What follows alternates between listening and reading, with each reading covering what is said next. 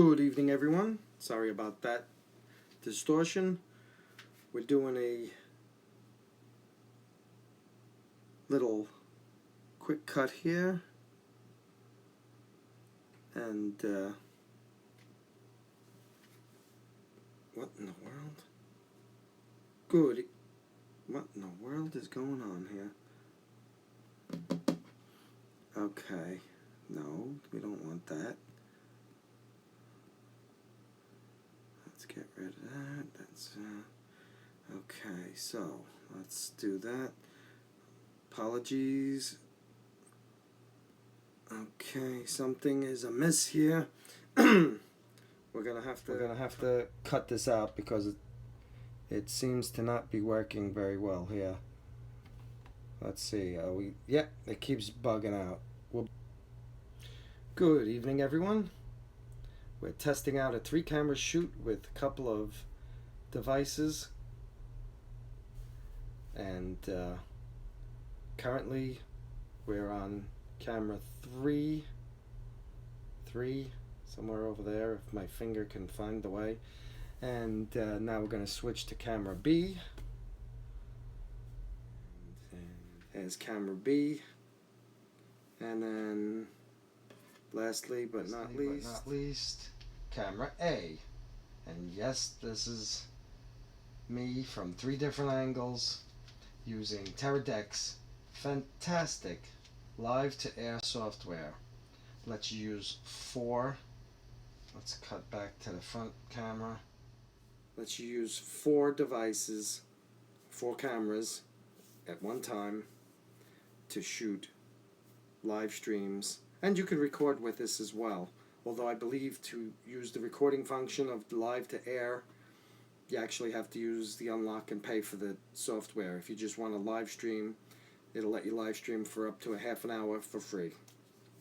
So anyway, let's put that on, and we'll add the live. It also gets rid of the Teradek watermark when you pay for the software. Not that it's that disconcerting to have in there. And we'll cut back to over here, and then we'll cut to camera 3, which is coming in from my left. And this really works good, considering I'm using consumer devices. This thing is working amazingly well. I can't believe how good this works. I believe this is the iPad's camera built in that we're seeing right now, and then this is an iPhone, and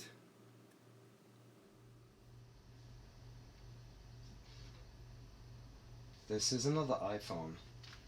So we can get 3 different views. Wow, it seems to be jamming up here once in a while. I guess having 3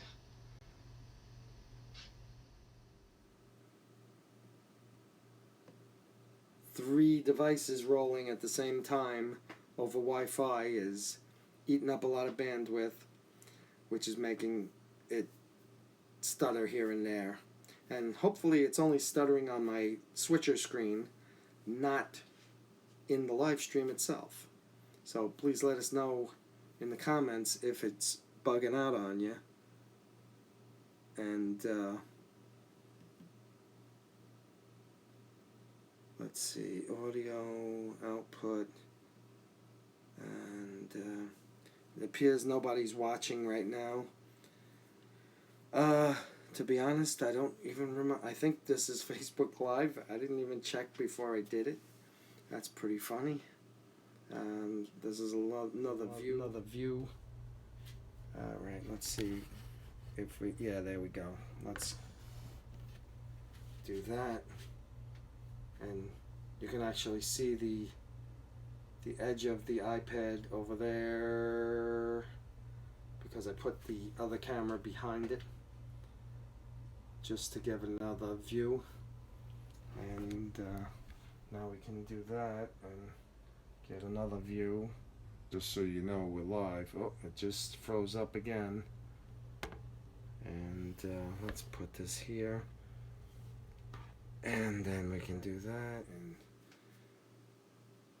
we can actually go in and zoom in as well, especially on these cameras. The two secondary cameras are shooting 4K, so I can really zoom in and still not lose any quality. In fact, why not do it? What the heck? Let's switch back to another view. And then we'll go to our inputs and go to this and hit settings, yabba dabba. And let's save that. And now we'll cut back in the other camera, and as you can see, we zoomed in. Oh, actually, it does look rather grainy. I'm not expecting that. I guess it's only grabbing 1080p footage, even though the camera is set to 4K. That's kind of bogus, because being able to zoom in and out with just a pinch and a squeeze is kind of cool. I really am shocked about that. Let's zoom back out. Alrighty. And okay. Alrighty. And we'll zoom back out. Save. And then we'll go back. This is still zoomed in slightly, but not as bad as before. I'm actually confused. I'm going to have to read up on this and see why that's happening. That's a kind of a interesting thought.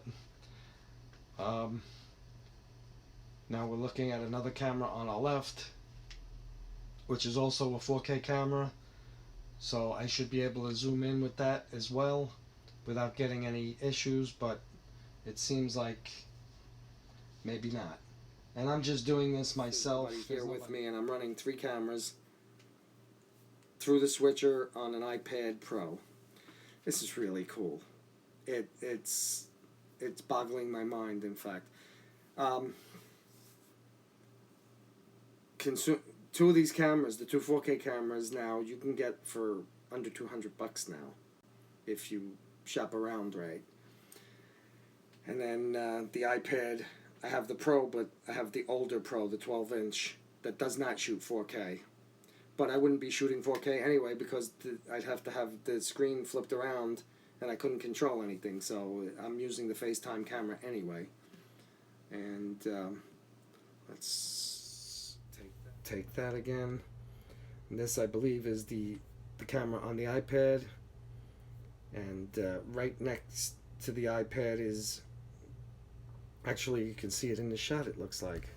That's my iPhone. There you go. Alright, maybe we can do that. Okay, let's see what we got here. This ought to be bizarre, but... And back to that camera. Yep. You can see my Sochi poster and some Brian Viveros artwork behind me over my shoulder.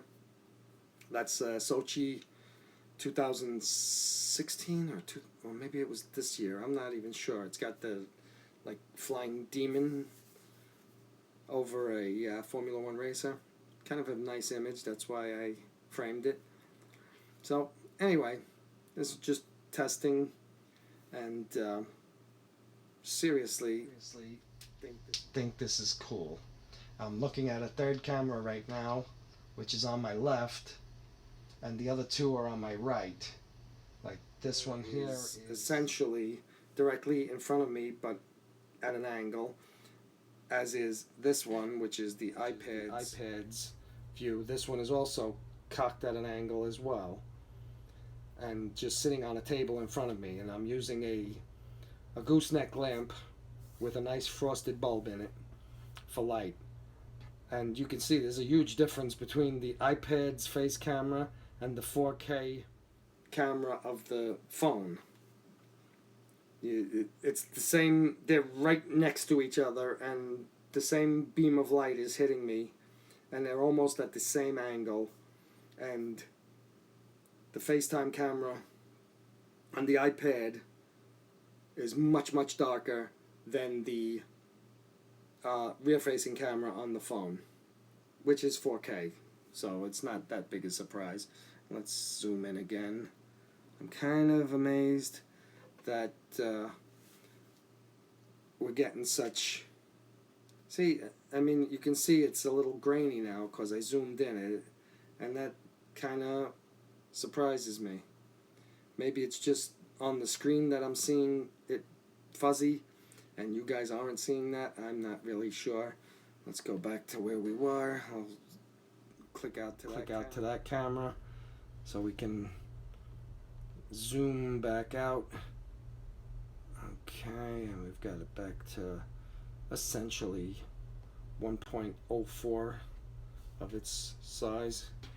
Okay, and let's go back to that. You see, we're back to our relatively normal size. So anyway, this is 3 iOS devices. Between them, not a lot of money. My Sony A7 cost more than all 3 of them put together. Got them on a couple of them on a tripod. The iPad is just in its case, sitting on a table in front of me, and there's a gooseneck lamp sitting there. The gooseneck lamp was about $9, and it's one of the ones that plugs in the wall. So anyway, hopefully this is interesting, illuminating. I'm quite shocked at how amazing it works. 3 cameras over Wi-Fi. I'm using the 5G network though, which is 5 gigahertz, not the normal 2.4 gigahertz, because that has more bandwidth between devices. So, but it gets interfered with easier too, because the higher the frequency, the easier it is to bounce off things. So, have a great night. Bye for now. Onaki wahi.